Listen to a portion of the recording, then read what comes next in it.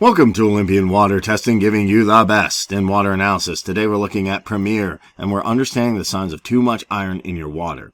We're going to go over the different symptoms and what you can do to stop it. But first, we need to establish water is the most critical resource that you interact with daily. We all use it. No matter where you're at in the world, we use water for showering, drinking, bathing. We use it to clean our clothes. We use it to wash our dishes, and it's integral to most household tasks. As you know, cleaning, cooking, washing, and you're sure to use water at least a few times a day.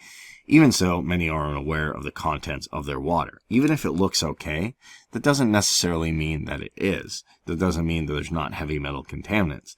So if you don't have any filtration in place, there could be a plethora of harmful minerals present in it. And one of the most hazardous minerals that may exist in your water is iron.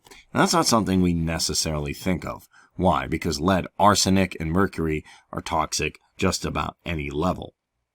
While iron, copper, and other minerals can be helpful, once you get too much of it, it can cause overload and it can cause problems. So how do you know that there's too much iron in your water?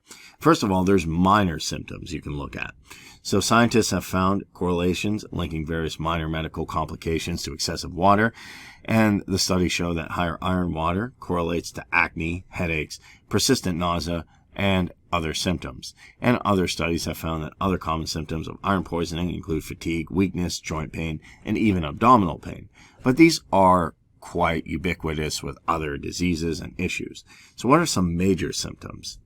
At the same time, the consumption of iron increases, so do the symptoms. In many cases, minor symptoms outlined above will worsen, while new symptoms will arise over long periods of usage. Some of these symptoms could include vomiting blood, having bloody stool, experience a diminished sex drive, and in any case, these symptoms would be traumatic to any individual, meaning that the consumption of iron could indirectly lead to mental dysfunction. So it can cause some really big problems. While iron is something you may have not considered, it's definitely a mineral that you need to make sure is not getting in your water and is not getting too much. So what can you do to stop it? And there's a few effective ways you can take the iron out of your water. One is to use a filtration system. You can do reverse osmosis, you can do charcoal filter, and you can take the harmful minerals out of the water.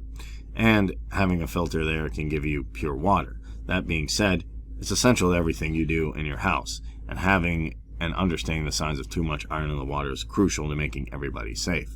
That being said, even if you filter the water, you might be able to get out the mineral or use charcoal or another method. You could flush it out temporarily.